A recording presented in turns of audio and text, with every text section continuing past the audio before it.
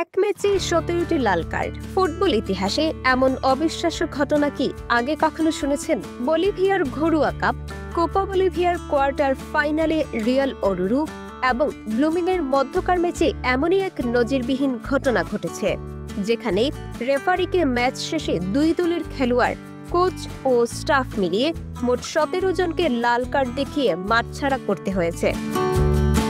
শেষ বাঁশির বাজার সাথে সাথেই মাঠটি রণক্ষেত্রে পরিণত হয়। শুরু হয় দুপক্ষের মধ্যে ভয়াবহ মারামারি ও ধাক্কাধাক্কি, যা থামানোর জন্য পুলিশকে শেষমেশ টিয়ার গ্যাস পর্যন্ত ছুটতে হয়।